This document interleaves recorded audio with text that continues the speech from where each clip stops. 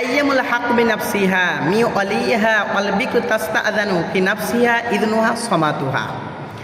রাসূলুল্লাহ সাল্লাল্লাহু আলাইহি ওয়াসাল্লাম বলেন যে বিবাহ করার ক্ষেত্রে পিতামাতার চেয়ে সন্তানের পছন্দের হক অনেক বেশি, পিতামাতার চেয়ে সন্তানের পছন্দের হক অনেক বেশি। এমনকি কুমারী মেয়েরও অনুমতি নিতে হবে, তবে তাদের নীরবতায় সম্মতি। অন্য হাদিসে পাওয়া যায় ক্বালাত জাআত আমরাতু ইলা রাসূলুল্লাহ সাল্লাল্লাহু আলাইহি ওয়াসাল্লাম ফাক্বালাত ইন্না আবি আনকাহানি রাজুলা আনা কারিয়াতুন ফাক্বালা রাসূলুল্লাহ সাল্লাল্লাহু আলাইহি ওয়াসাল্লাম লিআবিহা লা নিকাহা লাকা আযহাবি ফানকি মান শিইতা। একজন মহিলা তার পিতাকে রাসূলুল্লাহ সাল্লাল্লাহু আলাইহি ওয়াসাল্লামের কাছে নিয়ে এসে বলেন, ইয়া রাসূলুল্লাহ, আমার পিতা আমাকে জোরপূর্বক অমুক একটা ছেলের সাথে বিবাহ দিয়েছে। তখন রাসূলুল্লাহ সাল্লাল্লাহু আলাইহি ওয়াসাল্লাম ওই মহিলার পিতাকে বললেন, তোমার মেয়ের বিবাহ বৈধ হয়নি।